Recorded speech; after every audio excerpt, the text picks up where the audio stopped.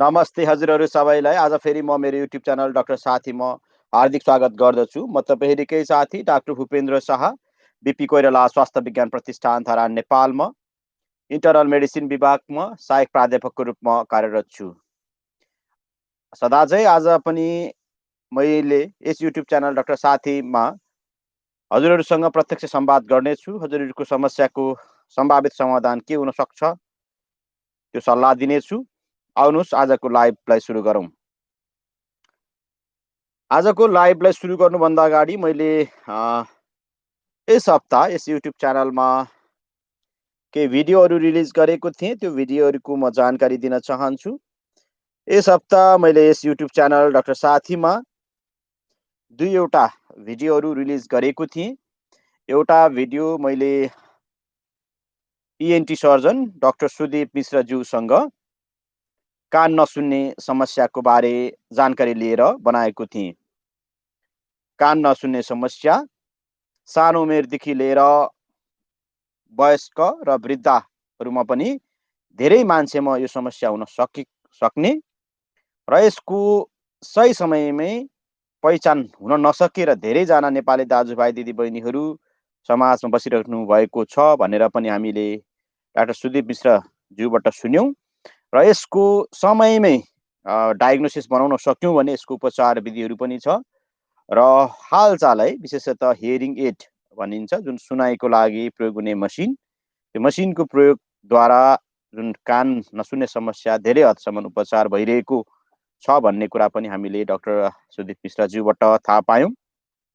भने अर्को भिडियो हामीहरूले यस युट्युब च्यानलमा विशेषतः मैले यो विभिन्न दर्शकवृन्दहरूले कहिले ग्यास्ट्रिक दुख्यो भन्नुहुन्छ, कहिले मुटु दुख्यो भनेर पेटको ठाउँमा देखाउनुहुन्छ, कहिले धेरै मुटु सम्बन्धीको प्रश्नहरू पनि गर्नुहुन्छ। तर खासमा हाम्रो मानव अङ्गहरू कहाँ हुन्छ, त्यसको बनावट कस्तो हुन्छ, हाम्रा मस्तिष्क कस्तो हुन्छ, कुन अवस्थालाई पक्षघात भन्ने, मुटु कस्तो हुन्छ, मुटुमा भल्भहरू भनेको के हुन्, मुटुमा कतिवटा कोठाहरू हुन्छन्, त्यसरी कलेजो कहाँ हुन्छ, आन्द्रा कहाँ हुन्छ र किडनी कहाँ हुन्छ भन्ने एउटा सामान्य रूपमा एउटा जानकारी दिनको लागि चाहिँ मैले एउटा अर्को भिडियो पनि यस युट्युब च्यानल डाक्टर साथीमा प्रस्तुत गरेको थिएँ। त्यो भिडियो पनि धेरै दर्शकवृन्दहरूले मन पराइराख्नु भएको छ। आउनुहोस् आजको लाइभमा केही दर्शकवृन्दहरू जोइन हुनु भइसकेको छ, उहाँहरूको प्रश्न लिउँ र कार्यक्रम अगाडि बढाउनुभन्दा अगाडि यस च्यानललाई सेयर गरिदिन, सब्सक्राइब गरिदिन र लाइक गर्न भने नभुल्नुहोला है त। मैले यस लाइभमा आउनुभन्दा अगाडि नै यो लगभग नोटिफिकेसनको लागि चाहिँ मैले विगत को केही दिन अगाडि नै यो यसको लाइभको नोटिफिकेसन पठाएको थिएँ। त्यस नोटिफिकेसन पढिसकेपछि केही दर्शकवृन्दहरूले आफ्नो प्रश्नहरू राख्नुभएको छ र तपाईँको चाहिँ म सबैभन्दा पहिलो कुरा द्रश्मी मगरज्यूको प्रश्न लिँदैछु। उहाँको प्रश्न यस्तो थियो। हेलो डाक्टर, नमस्ते, म धरान 11बाट मेरो हातको औँलाको जोर्नीहरू र खुट्टाको पाइताला दुख्छ, यसको समाधानका उपायहरू बताइदिनु होला भनेर भन्नुभएको छ। यसमा दुईवटा समस्याहरू भनिएको छ। एउटा हातका औँलाहरूको जोर्नी भन्नुभएको छ, भनेको मसिनो जोर्नीहरू, र अर्को पाइताला भन्नुभएको छ।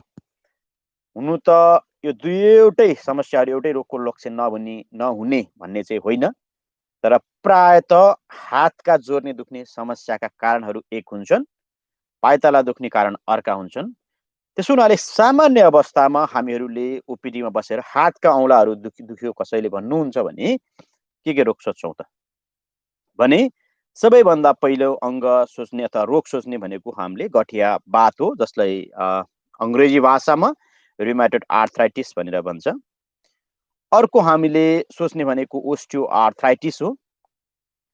अर्को हामीले यसबाहेक सोच्ने रोगहरूमा विशेषतः अरू अन्य बाथ रोग जस्तै एसएलई जस्ता रोगहरू, अर्को हामीले बाथ रोग जस्तै युरिक एसिड बढ्ने जस्ता रोगहरू, र यी बाहेक अरू अन्य रोगहरूमा जस्तै भिटामिन डी डेफिसियन्सीका रोगहरूमा हुन सक्ने भयो, हातमै लाग्ने खालका विभिन्न किसिमका चोटपटकहरू लागेर पनि हातहरूका जोर्नीहरू दुख्न सक्छन्।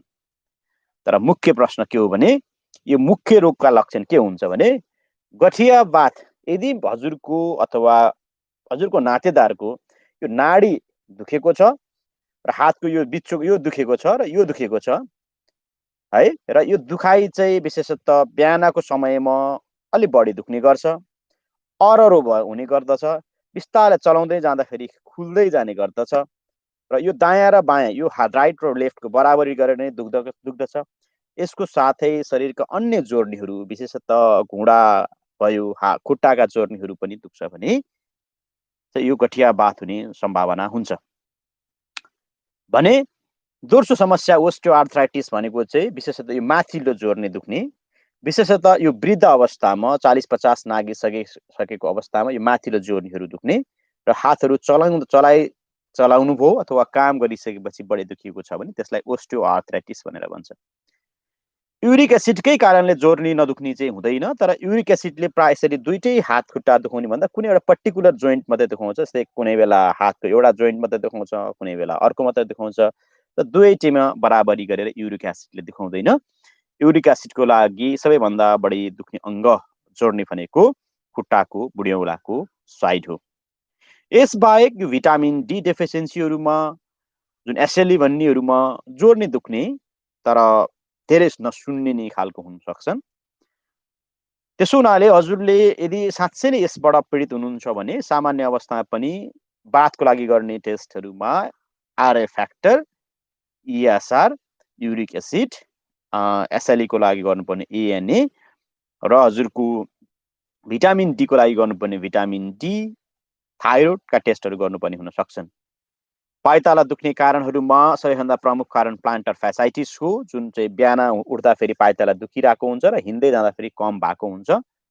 त्यसो हुनाले लक्षणको हिसाबले पाइताला दुख्ने विविध कारणहरू हुन सक्छन्। त्यसो हुनाले हजुरले एकचोटि चाहिँ यी टेस्टहरू गरेर फिजिसियन डाक्टर साहबहरूलाई भेट्नुभयो भने हजुरको यो रोगको सम्भावित समाधान भने पक्कै पनि निस्कन्छ है त। तुलसी सापकोटाचीले अर्को प्रश्न गर्नुभएको छ। डाक्टर नमस्ते, मलाई सुगर छ, सुरुमा 12.6 थियो, अहिले 7 छ। मेरो मेडिकल छ भोलि र म मेडिकल पास हुन्छु होला त, र खाना पनि साधारण व्यक्तिले खान्छु, दबाई चाहिँ मेटफोर्मिन 500 एमजी खानुहुन्छ। हजुरले भन्नुभएको सुगर 12.6 छ, त्यसो हुनाले यो मोलमा हजुरले रिपोर्ट भन्नुभएको छ। यसको लागि चाहिँ हजुरले यो जति सुगर आउँछ त्यसलाई 18ले मल्टिप्लाई गर्नुभयो भने त्यो मिलिग्राम पर डेसिलिटर आउँछ। जस्तै 12.6 लाई हजुरले 18ले मल्टिप्लाई गर्नुभयो भने 226 हुँदो रहेछ। त्यसो हुनाले हजुरको सुगर 226 थियो रहेछ र त्यो हाई थियो रहेछ। अहिले हजुरको 7.4 आएको रहेछ। 7.4 लाई मैले 18ले गुणा गर्दाखेरि 133 आएको छ। अहिले हजुरको सुगर 133 छ, हजुरले 7.4 भन्नुहुन्छ भने हजुरले खाइरहनु भएको दबाई मेटफोर्मिन सुगरको लागि प्रयोग हुने प्रमुख दबाई हो। यो दबाईले सुगर जति पनि धेरै सुगरका रोगीहरूलाई हामीले प्रथम पटक चाहिँ खानपिन र एक्सर्साइज बाहेक चलाउने दबाई भनेको मेटफोर्मिन हो, त्यो ठिक छ। अब मेडिकल पास हुने अथवा फेल हुने भन्ने कुरामा प्रत्येक देशको नियम कानुन र तपाईँलाई लाने म्यान पावरहरूको यो जुन नेमहरू चाहिँ अलग अलग हुने भएको हुनाले तपाईँ पास हुनुहुन्छ अथवा फेल हुनुहुन्छ भनेर त म ठ्याक्कै भन्न सक्दिनँ। तर हजुरको सुगर चाहिँ अहिले नियन्त्रित अवस्थामै छ र यो दबाई खाएर भइरहेको हुनाले खानपिनलाई कन्ट्रोल गर्ने, नियमित एक्सर्साइज गर्ने र मेटफोर्मिनलाई पनि तपाईँले बिहान बेलुका अथवा कति टाइम दिनुभएको छ डाक्टर साहबहरूले त्यसै हिसाबले तपाईँले नियन्त्रण गर्दै जानुभयो भने तपाईँको स्वास्थ्य सुधार हुँदै जान्छ है त।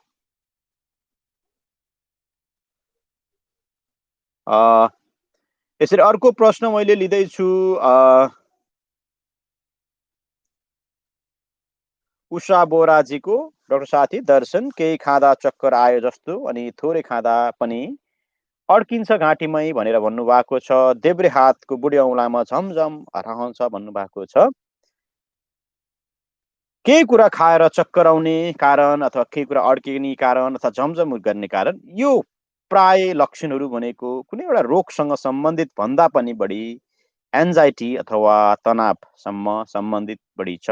त्यसो हुनाले उषाजी हजुरको मानसिक स्वास्थ्यमा कस्तो छ?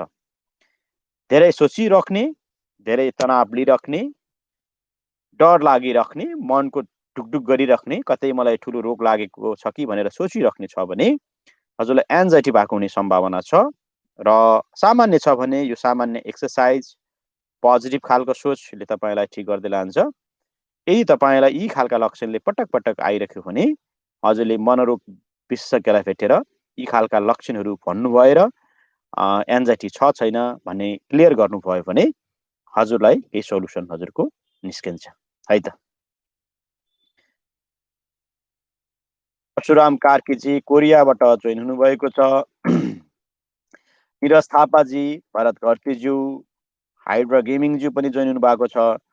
परशुराम कार्कीजी जसले कोरियाबाट जोइन हुनुभएको छ, उहाँले भन्नुभएको छ, सर मेरो एउटा समस्या निकै समयदेखि जारी छ। मेरो निन्द्रा मजाले पुग्दैन र अनि आँखा पोलेको पोलै गर्छ। जिउमा भित्रै ज्वरोको अनुभव नि भइरहन्छ, के कारणले होला भन्नुभएको छ।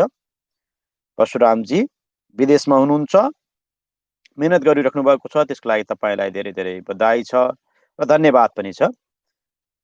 तर शारीरिक अवस्था बुझ्दाखेरि निन्द्रा तपाईँको गहिरो छैन र हजुरलाई मैले भने पहिलादेखि नै धेरै दर्शकलाई भन्ने गरेको छु, जसको निन्द्रा ठिक हुँदैन उहाँहरूको शरीर स्वास्थ्य त्यति धेरै हुँदैन। किन भन्दाखेरि शरीर स्वस्थ बनाउनको लागि चाहिँ निन्द्रा गहिरो मात्रामा हुनु एकदमै आवश्यक पर्दछ।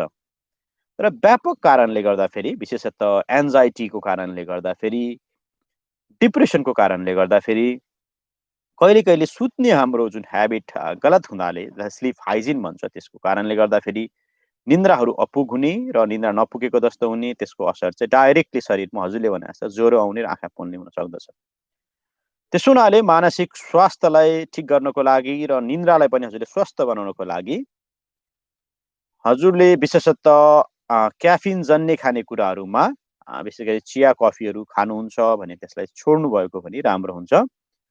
दिउँसोको समय सुत्ने ह्याबिट छ भने त्यसलाई हजुरले बन्द गर्नुभयो भने राति तपाईँको गहिरो निन्द्रा लाग्ने सम्भावना बढेर जान्छ।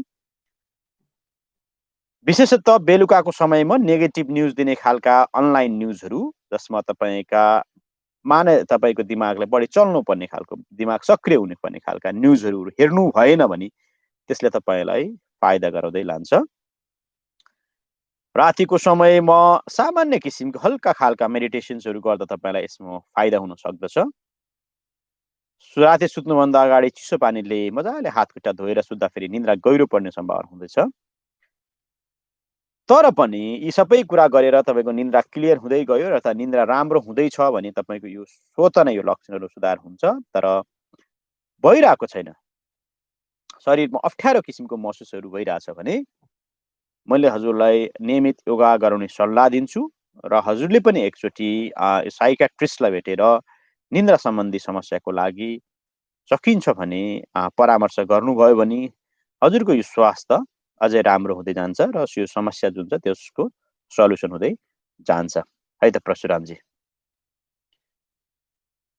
थिरा निरौलाजीले, डाक्टर साहब नमस्ते, मेरो एज 28 वर्षको, म काठमाडौँबाट विवाहित हुँ। 10 महिना अगाडि मैले T3 1.974, T4 0.81 र TSH को टेस्ट गर्दाखेरि 8.01 छ र हाल अहिले तपाईँको टेस्ट गर्दाखेरि 3 days ago T3 T4 4.2 र 19.3 र TSH 2.2 छ। थाइरोइड 75+12 सम्म खाँदैछु भनेर भन्नुभएको छ। थिरा निरौलाजी, तपाईँको पुरानो रिपोर्टमा हेर्दाखेरि हजुरको थाइरोइड भन्ने ग्रन्थि जुन घाँटीमा हुनुपर्ने थियो त्यसले कम काम गरिरहेको छ।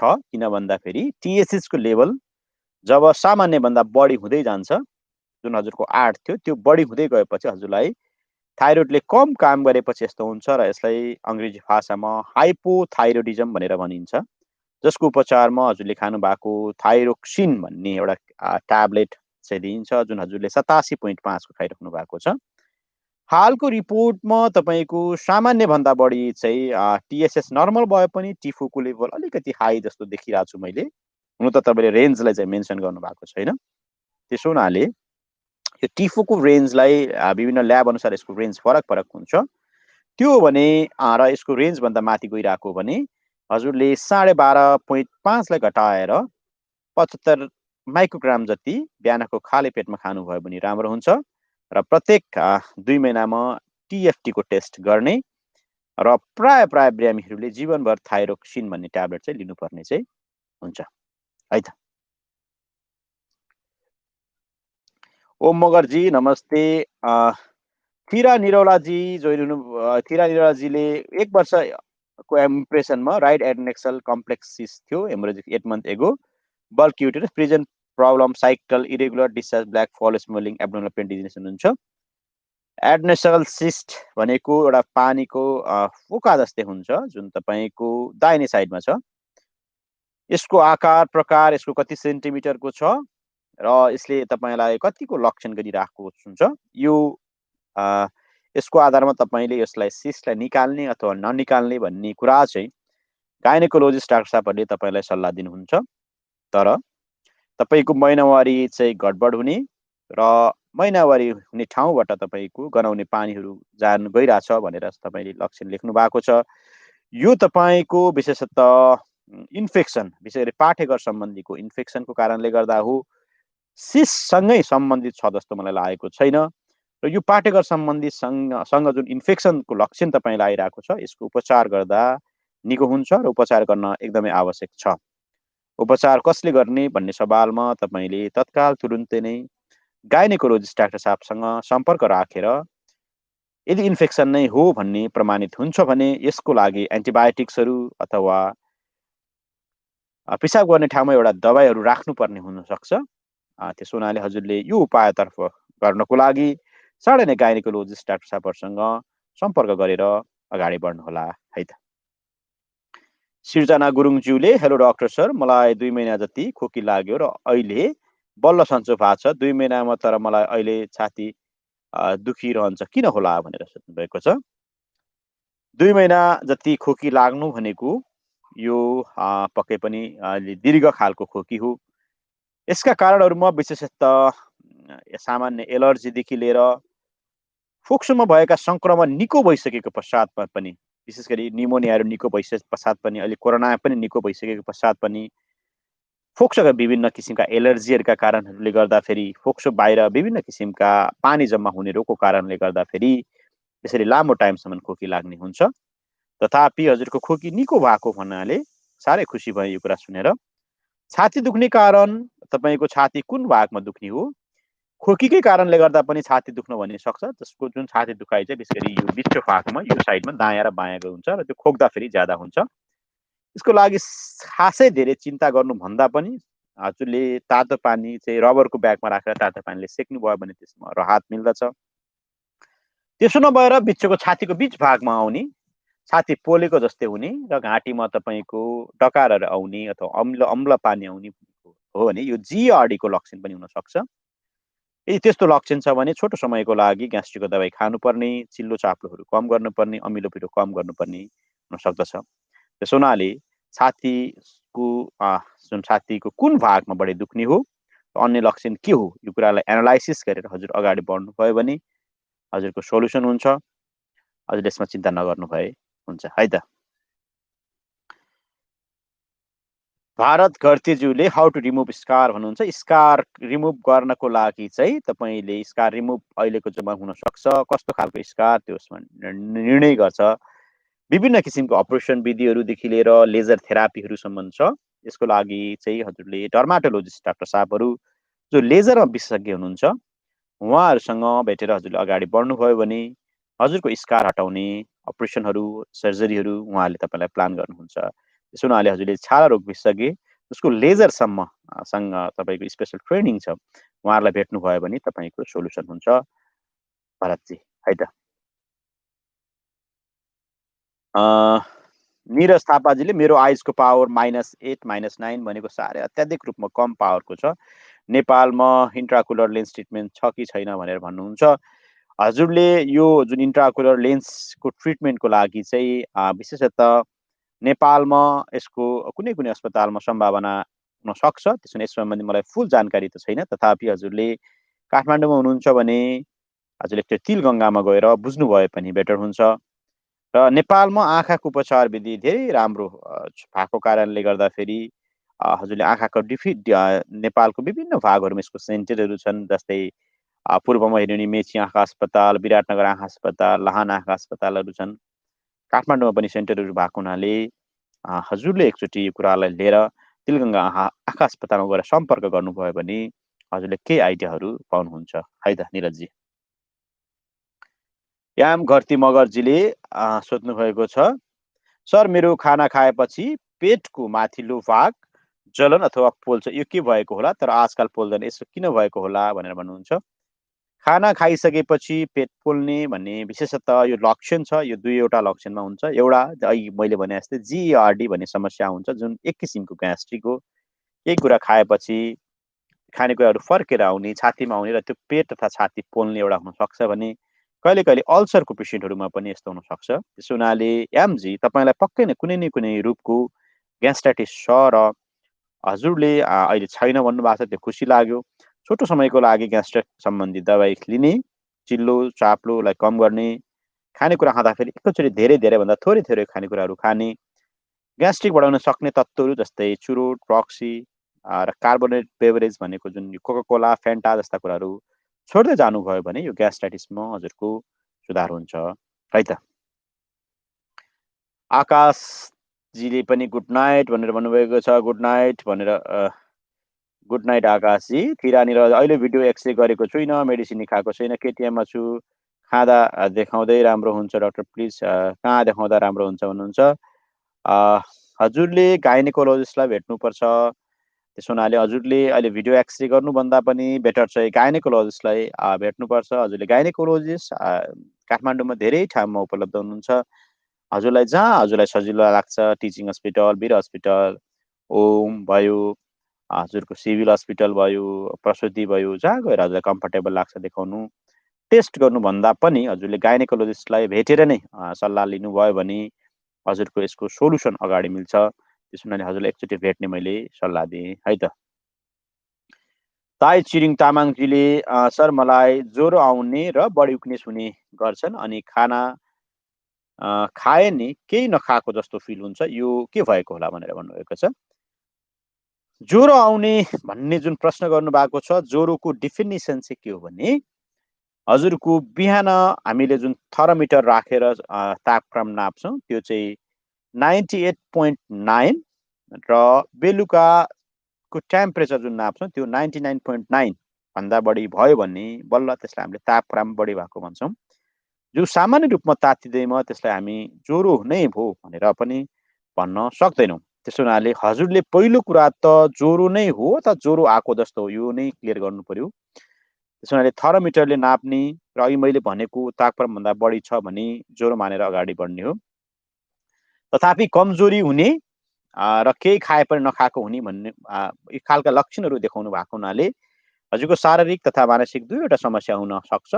लक्षण बुझ्दा मलाई बढी साइकोलोजिकल्ली नै अलिकति विक जस्तो हुने र तपाईँको कमजोर खालको फिलिङ हुने र मन सन्तुष्ट नहुने खालको केही न केही साइकोलोजिकल विशेषतः तनाव सम्बन्धी अथवा एन्जाइटी सम्बन्धी छ कि भन्ने शङ्का चाहिँ लाग्यो। तथापि यी खालका लक्षणहरू अन्य रोगहरूमा विशेषतः सुगर बढेको अवस्थामा पनि आउन सक्ने भएको हुनाले सुगर टेस्ट गर्ने, थाइरोइडका बिरामीहरू पनि हुन सक्ने भएको हुनाले थाइरोइडहरू टेस्ट गर्ने र ज्वरो नै हो भन्ने कन्फर्म भयो भने इन्फेक्सनको लागि कम्ती हुने सिबिसी, युरिन आरइएमई जस्ता टेस्टहरू गरेर अगाडि बढ्नुपर्ने हुनसक्छ। त्यसो हुनाले ताई छिरिङ तामाङजीलाई मैले यही सल्लाहहरू दिएँ। पहिलो हिसाबमा हजुरले आफ्नो थर्मोमिटरले टेम्परेचर नाप्ने, ज्वरो नै हो भने अघि भने जस्ता टेस्टहरू गर्ने, यदि होइन भने आफ्नो मानसिक स्वास्थ्यबारे एकचोटि फेरि सल्लाह लिनुपर्ने हुन सक्दछ र यसरी गर्दा तपाईँको सोल्युसन मिल्छ है त। परशुराम कार्कीजीले मैले अनि मेरो मलद्वारमा पहिला पाइल्सको कारणले अपरेसन गरेको थिएँ 2-3 चोटि अनि मलद्वारको इनर साइडमा हल्का कट गरेर मलद्वारको साइजलाई फुकाउने काम गरेको थिएँ, बट त्यही भएर भित्र चाहिँ पुरा प्रश्न त आएन, तर विशेषतः पाइल्सको लागि जुन अपरेसनहरू हुन्छ, पाइल्सको लागि अपरेसन त हजुरको त्यो लक्षणलाई कम गर्ने हो। पटक-पटक पाइल्स हुने समस्या भएको पेसेन्टहरूले आफ्नो दिशालाई जुन कब्जियत भइराख्ने हुनसक्छ, त्यसकोलाई सुधार गर्नको लागि विशेष गरी पानीहरू प्रशस्त रूपमा खाने, सागसब्जीहरू प्रशस्त रूपमा खाने, जङ्क फुडहरू विशेष गरी मैदाबाट बनेका चिजहरूलाई छोडिदिने, रातो मासुहरू छोड्ने पनि गर्नुपर्छ। यसरी गर्दाखेरि यसको समस्याहरू नदोहोरिने हुन्छ भन्ने तपाईँलाई सल्लाह पनि दिएँ। प्रश्न पुरा चाहिँ आएको छैन तपाईँको। गिरिजा पौडेलजीले सर मेरो अन्डाकोष टाइममा सुन्निने दुख्ने गर्छ के होला भन्नुहुन्छ। अन्डाकोष बेला बेलामा सुन्निने अथवा दुख्ने समस्या विशेष गरी अन्डाकोषमा हुन सक्ने इन्फेक्सन जसलाई हामीले इपिडिमो अर्काइटिस भनेर भन्छ, यसमा हुन सक्दछ। त्यसमा इपिडिमो अर्काइटिसको उपचार विधि हुन सक्छ र कहिले कहिले भ्यारिकोसिल भन्ने समस्या पनि यस्तो हुन सक्दछ। त्यसो हुनाले यसको लागि चाहिँ हजुरले पहिलो कुरा त आफूले लगाउनु पर्ने अन्डरवेयर चाहिँ जुन टाइट रूपमा लगाउने पर्छ, किनकि हजुरले त्यो टाइट भएन भने अन्डकोषहरूमा भेरिकोसिल छ भने त्यसको समस्या बढ्ने हुन्छ। उफ्रिने उफ्रिने जस्तै एक्सर्साइजहरू हुन्छ, जम्प गर्ने एक्सर्साइजहरूले यसको समस्याहरू बढाउँछ। ती कुराहरूलाई कम गर्नु पर्यो र दुखेको अवस्थामा हजुरले डक्टरलाई भेटेर अन्डकोष को जाँच गराउँदाखेरि चाहिँ इन्फेक्सन हो अथवा होइन भन्ने कुरा पनि क्लियर गराउनु पर्यो। इन्फेक्सन जस्तो लाग्यो भने छोटो समयको लागि एन्टिबायोटिकहरू लिनुपर्ने हुनसक्छ। र लक्षण बुझ्दा भेरिकोसिल छ कि भन्ने मलाई एकदमै बढी सम्भावना देखिरहेको छु र यसको मुख्यतः उपचार भनेको टाइट गरी आफ्नो अन्डरवेयर लगाउने नै हो है त। दुर्गा कटवालजीले डाक्टर साहब नमस्कार, मैले 3 महिना जति भयो प्रेसरको दबाई खाएको, लो सार्ट 50 mg, अहिले प्रेसर 130/90 छ, कहिले कहिले 141/90 हुन्छ, के यसले कम गरेको छ कि दबाई चेन्ज गर्नुपर्छ भनेर भन्नुभएको छ। प्रेसरको दबाईको लागि हजुरले लोसार्ट 50 भन्नुभएको छ, त्यो भनेको लोसार्टन हो र लोसार्टन चाहिँ एउटा प्रेसरमा प्रयोग हुने अत्यन्त राम्रो दबाई पनि हो। प्रेसरहरू हजुरको 141/90 छ भने चाहिँ बोर्डर लाइनमा आएर बसेको छ। त्यस हुनाले मलाई चाहिँ तपाईँले तत्काल दबाई चेन्ज गर्नुपर्छ भन्ने लागेको छैन। यसले तपाईँलाई त्यति धेरै फाइदा चाहिँ गर्दैन। तथापि हजुरले केही हदको प्रेसर कम गर्नको लागि चाहिँ एक्सर्साइजको मात्रा बढाउनु पर्ने, अल्छी नगरिकन कम्तीमा पनि प्रत्येक दिन 30 देखि 45 मिनट चिरचिर पसिना आउने हिसाबले एक्सर्साइजहरू गर्ने र खानामा नुनको मात्रा चाहिँ कम गर्नुपर्छ। विशेष गरी नुन बढी हुने खालका खानेकुराहरू, अचार, चाउचाउ, दालमोट, भुजिया जस्ता खानेकुराहरू छोड्नु पर्यो र चिल्लो पनि कम गर्नु पर्यो। हरियो सागसब्जीलाई बढाउनु पर्यो र तपाईँको नियमित रूपमा कुनै न कुनै फलफुल खाने गर्नुभयो भने तपाईँको प्रेसर अझै 5-10ले कम आउन सक्छ र त्यो भयो भने नियन्त्रित हुन सक्छ। त्यसो हुनाले हाललाई दबाई चेन्ज नगर्ने नै मैले तपाईँलाई सल्लाह दिन्छु दुर्गाजी है त। रुद्र रामजालीजीले प्रश्न म लिँदैछु।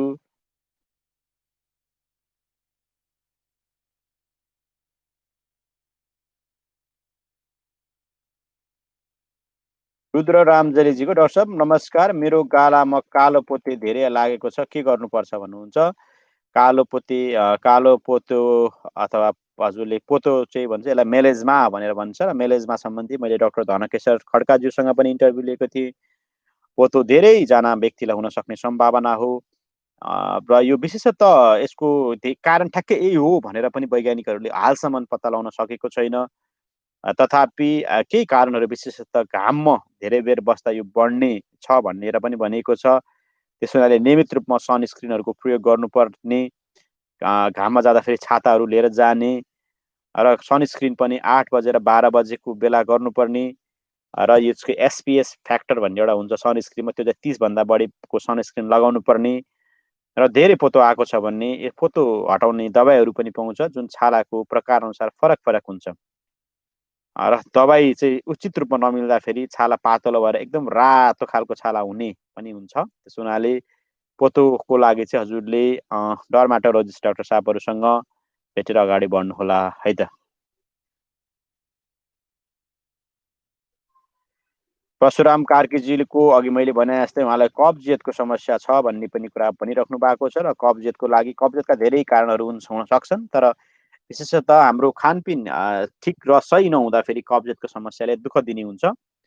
त्यस हुनाले नियमित रूपमा साग खाने, अत्यन्त रूपमा पानी खाने र जङ्क फुडहरूमा विशेष गरी मैदाबाट बनेका खानेकुराहरू नखाने, रातो मासुहरूलाई छोडिदिने र टोयलेट गर्दाखेरि टाइम लिएर मात्रै गर्ने, विशेष गरी त समय लगाएर गर्दाखेरि यसमा सल्युसन हुन्छ र विशेष गरी कब्जियत नै गराउने कारणहरूमा चाहिँ विशेष गरी रोगहरूमा चाहिँ आन्द्रा सम्बन्धीका विभिन्न रोगहरूमा विशेष गरी इरिटेबल बाउल सिन्ड्रोम भन्ने रोगमा आन्द्रामा कुनै मासुहरू पलाउँदाखेरि अथवा थाइरोइडका समस्याहरूमा यसको हुने भएको हुनाले यसको डायग्नोसिस गर्न भने केही टेस्टहरूको भने पक्कै पनि आवश्यक पर्दछ र त्यो टेस्टहरू गरेपछि कब्जियतको कारण पत्ता लगाएर उपचार भने गर्नुपर्दछ।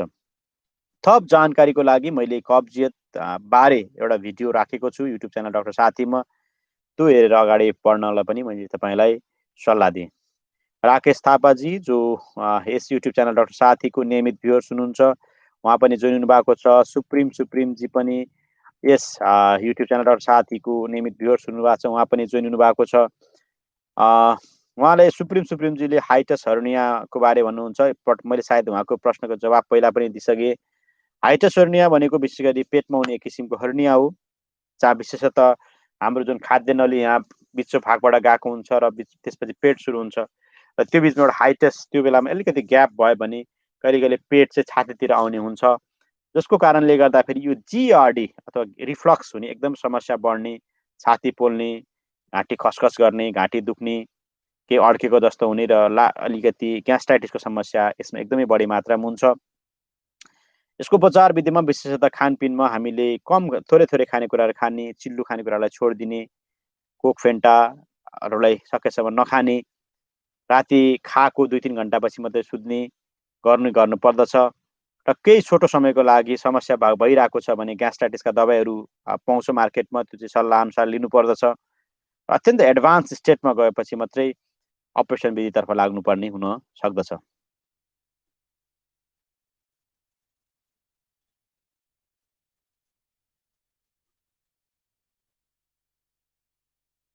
गीता पौडेलजीले डाक्टर साहब नमस्कार, मेरो टाउकोको नसा चलिरहेको जस्तो हुन्छ, के कारणले गर्दा हुन्छ?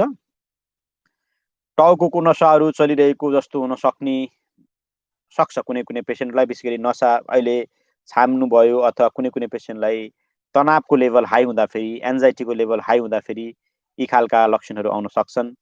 त्यसमा गीता पौडेलज्यू हजुरलाई यो नसा चलिराख्नु जुन रहेको छ, यो प्राय चाहिँ मैले एन्जाइटीको पेसेन्टहरूलाई देख्ने भएको हुनाले एन्जाइटीको लागि अलिकति माइन्ड रिल्याक्सेसन गर्ने कुराहरू गर्नुपर्ने हुनसक्छ। नियमित रूपमा ध्यान गर्ने, योगा गर्ने अथवा मेडिटेसन गर्नुपर्ने हुन सक्दछ। प्राय कारण चाहिँ यही हो। यही बाहेक पनि अन्य नसा सम्बन्धीका केही रोगहरूमा पनि भएको हुनाले ती रोगहरूको पहिचानको लागि चाहिँ हजुरले फिजिसियन डाक्टर साहबहरूलाई भेटेर अगाडि बढ्नुभयो भने राम्रो हुन्छ है त। सूरज कुमारजीले नमस्कार डाक्टर साहब, म चेन्नई इन्डियाबाट, मलाई बेल्स प्याल्सी भएछ। अहिले म इलेक्ट्रिकल फिजियोथेरापी गर्दैछु र यसको भविष्यमा नकारात्मक गर्छ कि गर्दैन, मलाई हाइपरटेन्सन पनि छ भन्नुहुन्छ। बेल्स प्याल्सी भनेको विशेषतः मुख बाङ्गिने एक किसिमको रोग हो। प्राय त यो भाइरसको कारणले गर्ने भनेर एउटा शङ्का गरे पनि यसको ठ्याक्कै एक्ज्याक्ट रिजन थाहा छैन र विशेषमा मुख बाङ्गो हुन्छ र धेरै जस्तो बिरामीलाई दबाई गरिसकेपछि त्यो मुखहरू क्रमिक रूपमा सुधार हुँदै पनि जान्छ। 90-95% मान्छेको यो मुखहरू पछि गएर सिधा हुन्छ 1 महिना 1.5 महिना जस्तोमा, भने 8-10% मान्छेको चाहिँ यो चाहिँ पछिसम्म पनि मुख बाङ्गै रहन सक्दछ। तपाईँले गर्नुभएको इलेक्ट्रिकल फिजियोथेरापी एउटा थेरापी हो। यसबाहेक हामीले यसरी मुख फुक्ने, गाला, यो सबै जुन प्यारालाइसिस भएकोलाई चलाएर एक्सर्साइज गर्ने, च्युइङगमहरू चपाएर एक्सर्साइज गर्न सक्नुहुन्छ। यी खालको एक्सर्साइज विधि गरेर हेर्ने हो र प्राय सुधार हुन्छ। यसले पछि गएर धेरै थोरै प्रतिशत व्यक्तिमा मात्रै असर गर्ने र मुख बाङ्गै हुने सक्ने हुन्छ। त्यस हुनाले धेरै जनालाई खासै यसले फरक पार्दैन। हाइपरटेन्सनको लागि हजुरले नियमित रूपमा दबाई गर्ने, नुन कम गर्ने र नियमित एक्सर्साइज गर्ने, बेल्स प्याल्सीको उपचार र हाइपरटेन्सनमा खासै त्यस्तो तात्विक भिन्नता नहोला र हजुरलाई मैले यही नै सल्लाह दिएँ है त।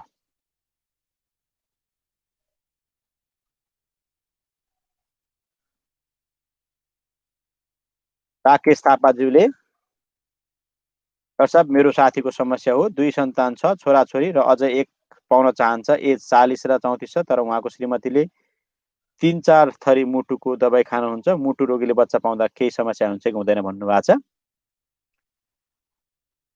हुनु त उहाँहरूको साथीको जुन श्रीमती हुनुहुन्छ 34 वर्षको भएको हुनाले अलिकति एज चाहिँ धेरै भयो। त्यही माथि मुटुको रोगी पनि हुनुहुँदो रहेछ र मुटुको विभिन्न किसिमका रोगहरू हुन्छन्। विशेष गरी सानो उमेर भएको हुनाले कतै मुटुको बाथ रोग हो कि भन्ने खालको मैले शङ्का गरेको छु। र यस्तो अवस्थामा सल्लाह अनुसार चाहिँ अर्को नानी नभएकै नै बेटर हुन्छ। यदि गर्ने नै भयो अथवा बच्चा भइरह्यो भने चाहिँ हजुरले एकदमै फिजिसियन अथवा कार्डियोलोजिस्टको परामर्श लिएर नै गर्ने र प्रत्येक महिना अथवा 15 दिनमा यो टेस्टहरू गराइराख्नुपर्ने र मुटुको अवस्थाहरू गरिराख्नुपर्ने हुन्छ। त्यसो हुनाले 2 सन्तान अलरेडी भइसकेको हुनाले मैले अर्को सन्तान नराख्न तपाईँलाई अनुरोध गर्दछु र मुटुको बिमारी भएको हुनाले आमाको स्वास्थ्यमा यसले गम्भीर समस्या पर्न सक्छ भन्ने तपाईँलाई मैले जानकारी गराउँछु। रबिनजी पनि जोइन हुनुभएको छ। रजनी राईले के प्रश्न गर्नुभएको छ भने, नमस्ते डाक्टर सर, म रजनी राई इटरीमा सुनसरीबाट। डाक्टर, मेरो चाहिँ टाउको लेफ्ट साइडमा कन्सर्टमा मात्र धेरै दुख्छ, यो के कारणले गर्दा हो भनेर भन्नुभएको छ। रजनीजी, विशेष गरी एक साइडमा टाउको दुख्ने धेरै कारणहरू हुँदैनन्। विशेष गरी 3वटा समस्या चाहिँ हाम्रो जुन अध्ययनले देखा परेको छ, यसमा प्रमुख समस्या भनेको माइग्रेन हो, जसमा एक साइडमा टाउको दुख्ने, झट गरेर दुख्ने, दबाई खानुपर्ने अथवा दबाई नखाएको अवस्थामा 4 घन्टादेखि 3 दिनसम्म त्यो दुखाइ रहने, दुख्ने टाइममा एकदमै झर्को लाग्ने, वाककी हुने, उल्टी हुने हुन्छ, त्यो माइग्रेन हो। अर्को ट्राइजेमिनल न्युरेल्जिया भनेको चाहिँ करेन्ट बगाए जस्तो छलक छलक यसरी हान्ने। अर्को क्लस्टर हेडेक भनेको चाहिँ एक साइड टाउको दुख्ने साथसाथै आँखाबाट आँसुहरू तिरेर आउने, आँखा रातो हुने खालका हुन सक्छन्। त्यसो हुनाले सम्भावित रूपमा रजनीजी तपाईँलाई माइग्रेन हुने सम्भावना एकदमै बढी मात्रामा देखिरहेको छु। त्यसो हुनाले यसको उपचार गर्न आवश्यक छ। यसको चाहिँ विशेषतः खानपिन, त्यसपछि यसको दुख्दाखेरि खाने दबाई र तपाईँको नियमित रूपमा खाने दबाईहरू अलग-अलग हुन्छन् र यसको चाहिँ एकचोटि सल्लाह गरेर उपचार गर्न पाए राम्रो। नजिकै हुँदो रहेछ, नजिकै भएको हुनाले ओपिडीमा आउनु सक्नुहुन्छ हजुर। मेरो जेनरल ओपिडी मङ्गलबार र शुक्रबारको दिन हो र स्पेसल ओपिडी प्रत्येक आइतबार, सोमबार, मङ्गलबार, बुधबार र बिहिबारको दिन 3 बजेपछि हुँदैछ। त्यसो हुनाले हजुरले एकचोटि आएर परामर्श गर्नुहोला र हजुरको मैले यी भनेका रोगहरूमध्ये कुनै रोग हुनसक्छ र त्यसको उपचार गर्यो भने त्यसको यो समस्याको समाधान चाहिँ हुन्छ।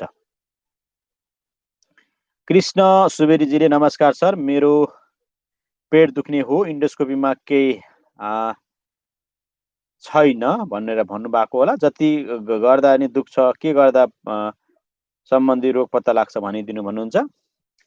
लामो समयदेखि पेट दुख्ने, इन्डोस्कोपी नर्मल भन्ने प्रायः धेरैजनाले कम्प्लेन गर्नुहुन्छ कृष्णजी।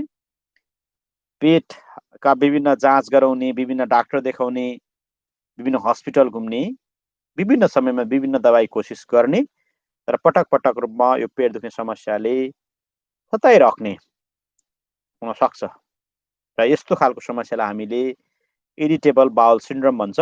यो चाहिँ एक किसिमको आन्द्राको दीर्घ रूपमा पेट दुख्ने हो र तपाईँलाई पनि सम्पूर्ण टेस्टहरू गर्दा पनि तपाईँको पेट दुखिरहेको भने आइबिएस भन्ने इरिटेबल बाउल सिन्ड्रोम रोग हुन सक्छ। यसको उपचार विधि पनि खानपिन, एक्सर्साइज र दबाई पनि हुने भएको हुनाले यो आइबिएस नै हो अथवा होइन भनेर 100% कन्फर्म गर्नको लागि तपाईँले फिजिसियन डाक्टर साहबलाई भेट्नुपर्छ र आइबिएस हो भने आइबिएसको दबाई गर्दाखेरि मात्रै सोल्युसन मिल्छ।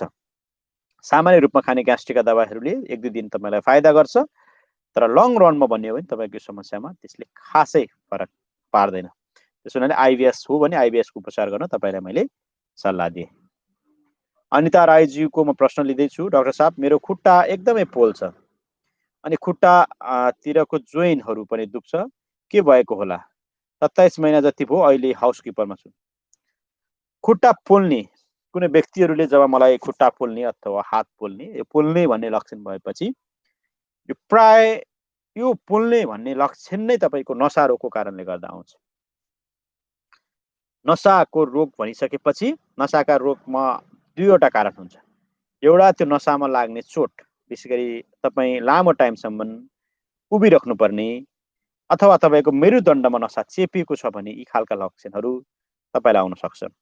नसामा डाइरेक्टली नै चोट लागेर भने शरीरमा हुने अन्य समस्याहरू विशेषतः सुगरको समस्यामा, भिटामिन B12 को कमी भएको अवस्थामा, थाइरोइडमा बढेको अवस्थामा, कहिले कहिले रक्सी खाने व्यक्तिहरूमा रक्सी धेरै खाएको अवस्थामा तपाईको यो खुट्टा पोल्ने समस्या हुने गर्दछ।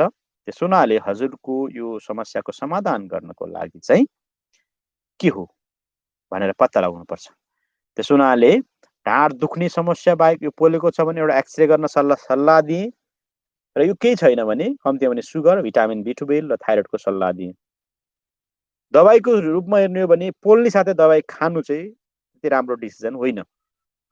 किन भन्दाखेरि नसाका दबाईहरूको पनि छुट्टै खालको साइड इफेक्टहरू हुन्छ। कतिपय पोलाइहरू चाहिँ मेडिटेसनहरू गर्दा पनि आराम हुन्छ, पौष्टिक रूपमा खाँदा पनि आराम हुन्छ, योगाहरूले पनि धेरै फाइदा पुर्याउँछ।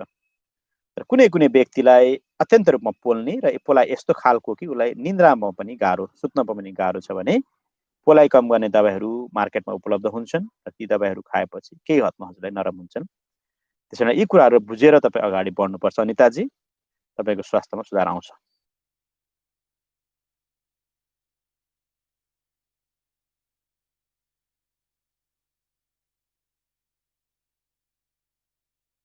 कृष्ण खतेवडाजीले, डाक्टर सर नमस्ते, मेरो वाइफलाई युरिन इन्फेक्सन भएको छ, 1 इयर भयो। धेरैचोटि चेकअप गरेर भिडियो एक्सरे गरेर औषधि खाएको भए पनि ठिक भएन छैन, अझै किडनी दुख्छ।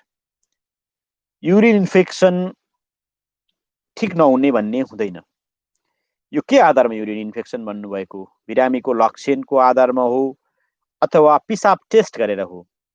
त्यसमा युरिन आरइएमई भन्ने र युरिन कल्चर भन्ने हुन्छ।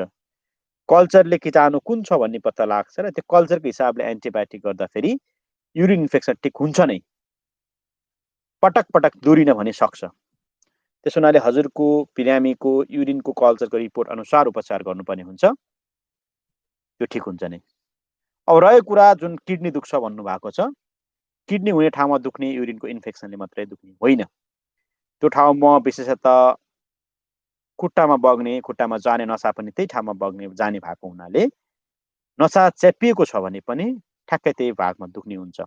त्यस हुनाले त्यो ठाउँमा दुखेको कारण युरिनको इन्फेक्सनले नै हो अथवा अन्य कारणले गर्दा हो भन्ने कुरा पहिला कन्फर्म नगरिकन अगाडि बढ्नु भनेको मूर्खता हुन्छ। त्यस हुनाले हजुरले युरिनको रिपोर्टहरूको साथै बिरामी सहित उपस्थिति भएर एकचोटि फिजिसियन डाक्टर साहबलाई भेट्नु होला र सल्लाह माग्नु भए पनि यी सामान्य समस्याहरू ठिक नहुने भन्ने प्रश्न नै हुँदैन है त।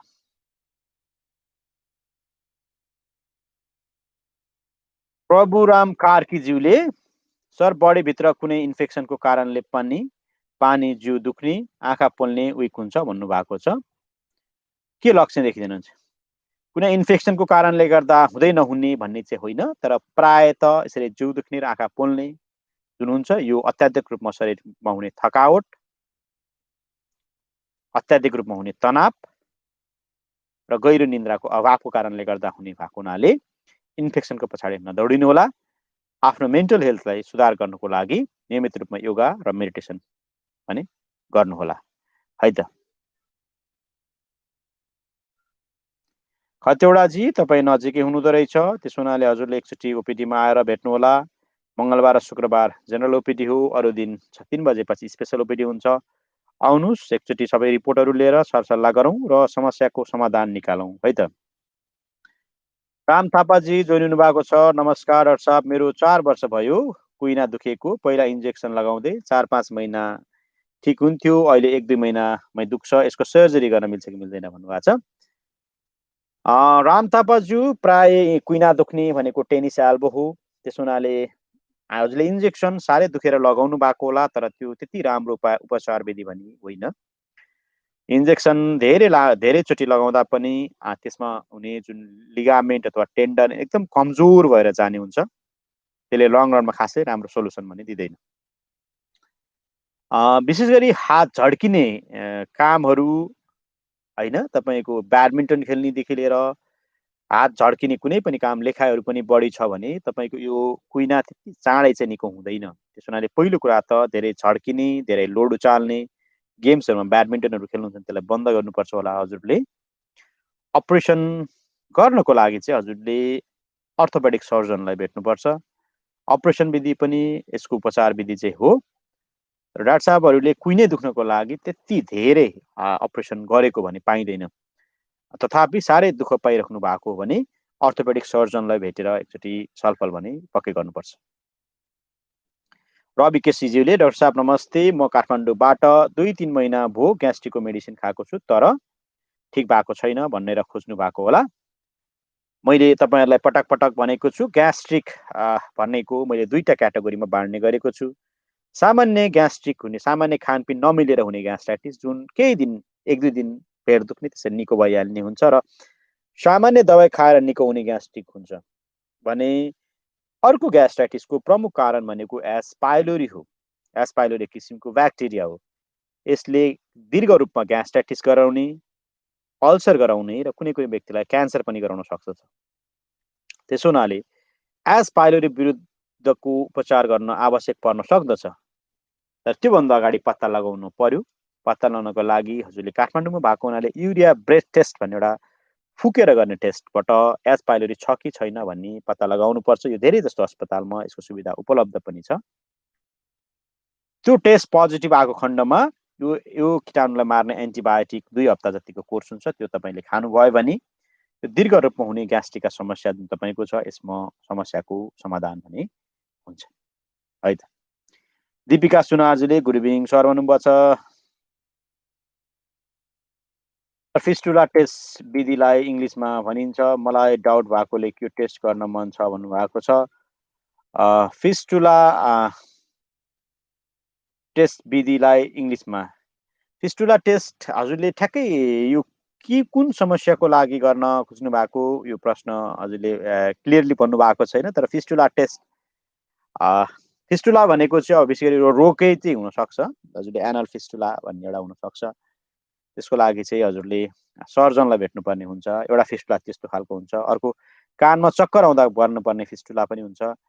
त्यो चाहिँ अलग हुन्छ। त्यसो हुनाले हजुरले विशेषतः हजुरको यो पाइल्सका समस्याहरूले हजुरलाई अप्ठ्यारो गरिरहेको छ र त्यो हो भने सर्जन डाक्टर साहबहरूलाई भेट्नुपर्ने हुन्छ। है त। सिक्किम भिजिट जो उहाँको ठ्याक्कै नाम त यो होइन होला तर उहाँले पनि हेलो भन्नुभएको छ। हेलो र साह्रै राम्रो कमेन्टहरू गरेर हौसाउनुहुन्छ। त्यसको लागि धन्यवाद। डाक्टर जित घिमिरेज्यू पनि जोइन हुनुभएको छ। वीरभद्र थापाज्यू सर नमस्कार, मलाई एस पाइलोरी पोजिटिभ भएको छ। 8-9 महिना भयो मेडिसिन युज गरेको बट के कारण कम भएको छैन भन्छ। एस पाइलोरी को जुन एन्टिबायोटिक युज गरेर पनि ठिक भएको छैन भने एस पाइलोरीको एन्टिबायोटिकको रेजिमेनहरू फरक हुन्छ। जुन एन्टिबायोटिक सुरुमा गर्यो त्यो एन्टिबायोटिकले काम गर्नुपर्छ भन्ने छैन। त्यस्तो एन्टिबायोटिकहरू चेन्ज गरेर लिनुपर्ने हुन सक्छ। 2वटा एन्टिबायोटिकले काम गरेन भने 3वटा एन्टिबायोटिकसम्म लिनुपर्ने हुन सक्दछ। तर त्यही एन्टिबायोटिक पटक पटक भने नखानु होला। ठिक भएको छैन भने हजुरले एस पाइलोरी विरुद्धको एन्टिबायोटिक चेन्ज गर्ने टाइम आएको छ। त्यो चेन्ज गर्नको लागि फिजिसियन डाक्टर साहबसँग अथवा ग्यास्ट्रो इन्टरोलोजिस्टलाई भेटेर अगाडि बढ्नु होला। है त।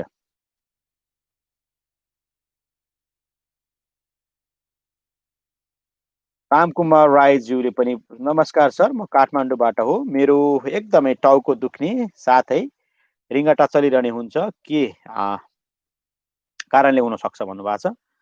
टाउको दुख्ने रिङ्गटा लाग्ने जुन हुन्छ यो प्राय देखा परेको 2वटा कारणले गर्दा हुन सक्छ।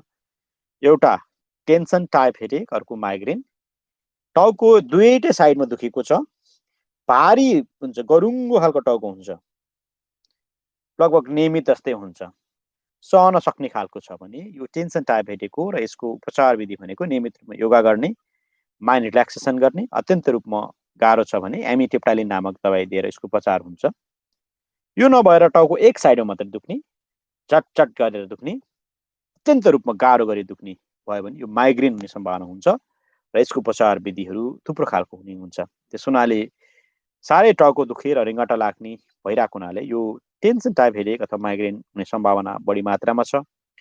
फिजिसियन डाक्टर साहबहरूसँग भेटेर उपचार गर्नुभयो भने सल्युसन निस्किने सम्भावना हुन्छ। है त। पूर्ण गालदेनज्यू पनि डाक्टर साथी युट्युब च्यानललाई नियमित रूपमा हेर्नुहुन्छ। डाक्टर साहब नमस्ते, मैले खाना कुराहरूमा तरुलहरूमा के अ, यो प्रश्न ठ्याक्कै मलाई अलिकति प्रष्ट भएन। त्यसो हुनाले एकचोटि फेरि अलिकति प्रष्ट रूपमा बताइदिनु भयो भने म हजुरको प्रश्नको उत्तर दिने थिएँ पूर्णजी है त।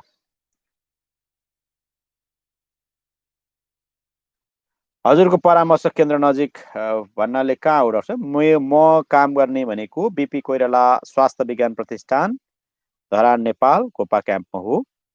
ओपिडीको ठेगाना त अघि मैले दिनेसकेँ है त। हजुरको घर इटहरी हो भने भेट्न धेरै सजिलो हुन्छ। विमला लिम्बुज्यू पनि जोइन हुनुभएको छ। उहाँ पनि डाक्टर साथी युट्युब च्यानलको नियमित भ्युयर्स नै हुनुहुन्छ। अर्पण लिम्बुज्यूले डाक्टर साहब नमस्ते, म ताप्लेजुङबाट हो र मेरो चाहिँ small joint, shoulder joint, ankle joint एकदमै धेरै दुख्छ। के कारणले गर्दा हो?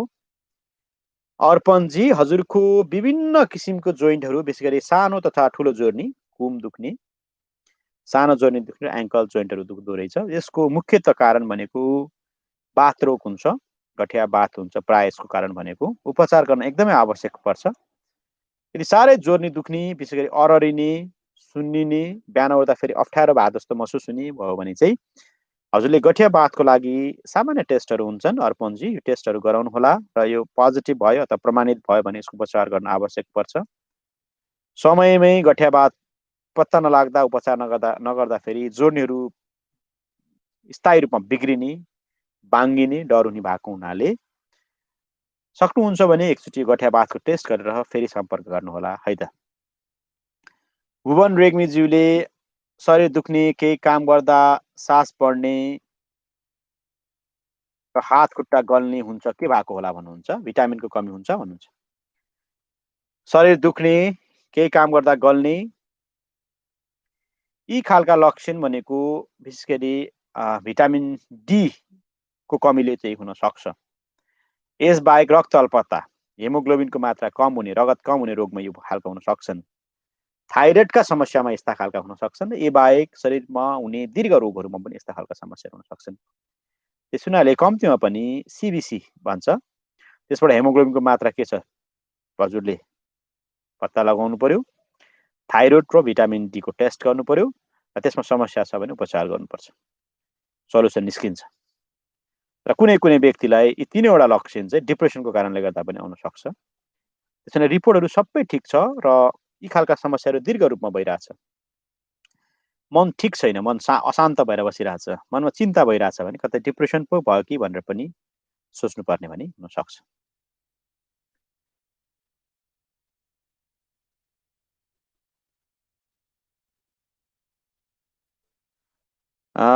ताई छिरिङज्यूले टाउको र फिभर आउँदाखेरि पेटको मांसपेशी दुख्ने हुन्छ भन्नुभएको छ। फिभर आउँदाखेरि फिभरका कारणहरूमा विशेष गरी भाइरसहरूको कारण छ भने यसले जिउको कुनै पनि भागलाई दुखाउन सक्दछ। तथापि हजुरले भन्नुभएको यो सम्बन्ध जुन ज्वरो आउँदाखेरि मांसपेशी दुख्ने भन्ने त्यति प्राय मान्छेलाई देख्ने समस्या अथवा लक्षण भने चाहिँ होइन। शान्त प्रसादज्यूले डाक्टर साहब नमस्ते, हड्डी खिएको कुनै उपचार छ कि छैन भन्नुभएको छ। हड्डी खिने विशेष गरी ओस्टियोआर्थराइटिस भन्ने एउटा समस्या हुन्छ जुन अलिकति एज हुँदै गएपछि हुने समस्या हो। यसको कारणले गर्दा हुने भएको हुनाले यसमा खासै एक्ज्याक्टली उपचार विधि चाहिँ हुँदैन। डाक्टर साहबहरूले सामान्यतः क्याल्सियमहरू दिने र हड्डी मजबुत गर्ने कोसिस गर्नुहुन्छ। भिटामिन डी कम छ भने भिटामिन डी दिने र डायसेरिन भन्ने एउटा ट्याब्लेटहरू दिनुहुन्छ। तथापि यसले 100% काम भन्ने गर्दैन। हड्डी खिन थालिसकेपछि शरीरको ओजन बढी छ भने ओजन घटाउँदाखेरि जुन खिने प्रोसेस अलिक कम भएर जान्छ। पलेटी मारेर बस्ने कामहरू गर्दाखेरि हड्डी खिने समस्या बढ्ने भएको हुनाले पलेटी नमारिकन विशेष गरी टुलहरूमा चेयरमा बसेर खाना खाने सल्लाह दिन्छु। टोयलेट गर्दाखेरि थचक्क बस्नुभन्दा कुनै चेयरमाथि बसेर अथवा कम्बरमा बसेर टोयलेट गर्दाखेरि पनि यो हड्डी खिएर जुन घुँडा दुख्ने समस्यामा पनि कम हुने भएको हुनाले यो पनि सल्लाह दिन्छु। र विशेष गरी हड्डी खिएर अत्यधिक रूपमा दुःख पाउने अङ्ग अथवा जोर्नी भनेको घुँडा भएको हुनाले साह्रै दुःख भएको छ भने नी ट्रान्सप्लान्ट भन्ने एउटा नीको अपरेसन गर्नुपर्ने एउटा विधि पनि हुन्छ। त्यो पनि हजुरले ब्याकअप द माइन्डमा राखिराख्नुपर्छ होला। तर दबाई खाएर यो जुन खिने प्रोसेस निको भने हुँदैन है त। सोम लिम्बुज्यू जो कतारमा बस्नुहुन्छ, उहाँले मेरो छाती दुखेर 2 पल्ट हस्पिटल गइसके। इसिजी 2 पटक पनि गरेँ। एक्सरे पनि गरिसके, नर्मल छ। अहिले आएर गर्दन अनि ढाड दुख्छ, के भएको होला भन्नुहुन्छ। छाती दुख्ने साथै हस्पिटल जानु स्वाभाविक प्रोसेस हो। किन भन्दाखेरि हामीले हार्ट अट्याक सोच्छौँ कतिपय अवस्थामा। तर हार्ट अट्याकको जुन छाती दुखाइ हुन्छ, विशेष गरी त्यो छातीको पुरै छातीमा हुने, अत्यन्त रूपमा साह्रो गरी छाती दुख्ने र हाततिर पनि सर्न सक्छ त्यो। हिँड्दाओर्दा त्यो दुखाइ अत्यन्त रूपमा बढी, भित्र कसिएको जस्तो हुने र साथसाथै पसिनाहरू पनि आउने हुन्छ। यो हार्ट अट्याकको लक्षण चाहिँ यस्तो हुन्छ। तर इसिजी नर्मल भएको र सबै कुरा ठिक भएको हुनाले हार्ट अट्याक चाहिँ नहोला हजुरलाई। अब अन्य कारण छत्ती यसरी दुख्ने कारण हजुरको एउटा हेर्नै पर्ने कारण भनेको जिआरडी, ग्यास्ट्रोइसोफेजल रिफ्लक्स डिजिज, जसमा ग्यासका समस्या हुने पेसेन्टहरूमा पनि छाती दुख्न सक्छन्। जुन सामान्य किसिमको ग्यास्ट्रिकको दबाई खाएर ठिक हुने, चिलो चाप्लो कम गरेर पनि ठिक हुने हुन्छन्। यसबाहेक अर्को भनेको कहिले कहिले प्यानिक एट्याक। अत्यन्त रूपमा मनमा तनाव छ, डराएको छ भने त्यो प्यानिक एट्याक डरको कारणले गर्दा पनि छाती दुखेर एकदम आत्तिएको जस्तो हुन सक्छन्। त्यसो भने आफूलाई मेन्टली रिल्याक्स राख्ने, योगाहरू गर्ने र मेडिटेसन्सहरू गर्दा पनि तपाईँलाई फाइदा हुन्छ सोमजी। त्यसो हुनाले छाती दुख्ने साथै हस्पिटल गइहाल्नु पर्ने हुँदैन।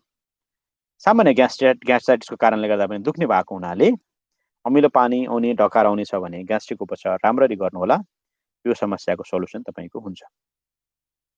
विवेक सुनुवारजीले हेलो सर भन्नुभएको छ। हेलो विवेकजी।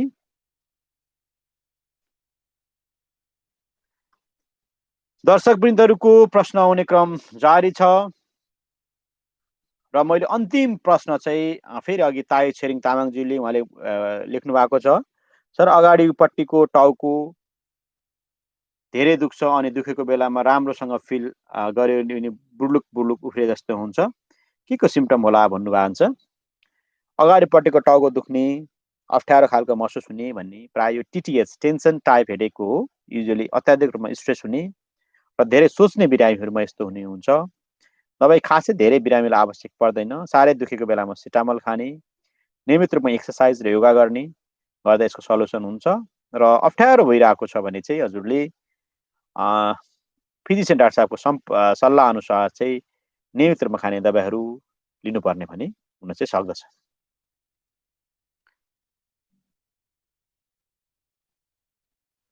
विवेक सुनारजीको अन्तिम प्रश्न लिन्छु। उहाँको सधैँ बिहान उठ्ने बित्तिकै स्निजिङ हुन्छ भन्नुहुन्छ।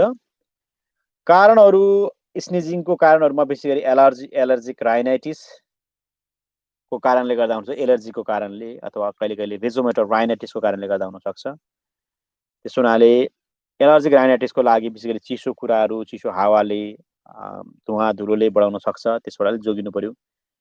र एलर्जिक राइनाइटिस हो भने नाकमा हाल्ने स्प्रेहरू पाइन्छ, जसले अत्यन्त रूपमा प्रभावकारी रूपमा काम गर्न सक्छ। विवेकजी, अस्पताल नजिक छ र पाउँछ भने इएनटी डाक्टर साहबसँग सम्पर्क राख्नुहोला र एलर्जिक हो अथवा भेजोमेटर राइनाइटिस हो भन्ने कुरा कन्फर्म गरेर उपचार गर्नुभयो भने तपाईँको सोलुसन मिल्छ नै।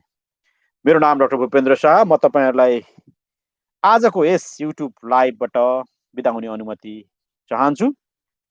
आफ्ना गुनासाहरू, युट्युबमा रहने भिडियोजहरू, विशेष गरी डाक्टर साथीमा रहने लगभग 210वटा जति भिडियोजहरू छन्। प्रत्येक रोगका सरल नेपाली भाषामा राखेका भिडियोजहरू छन्। त्यो भिडियोजको तल कमेन्ट राखिदिनु होला। तपाईँहरूलाई आफूले जाने बुझेका कुराहरू सल्लाह दिन म सधैँ तयार हुनेछु। कार्यक्रममा साथ दिनुभयो, विश्वास गर्नुभयो, प्रश्नहरू राखिदिनु भयो। कतिपय गुनासोहरू मैले हजुरलाई सोलुसन बताउन सकेँ होला। कतिपय गुनासोहरू प्रत्यक्ष रूपमा नभेटेको कारणले गर्दाखेरि ठ्याक्कै बताउन सकिनँ होला। तथापि कुनै दिन म सँगै भेटेर उपचार गर्ने मौका अवश्य पनि मिल्ला। यस्तै यस्तै रोचक जानकारी लिएर फेरि पनि उपस्थित हुनेछु। अर्को लाइभसम्मको लागि, अर्को भिडियोसम्मको लागि तपाईँको साथी डाक्टर भूपेन्द्र शाहलाई बिदा दिनुहोस्। नमस्ते, शुभरात्रि।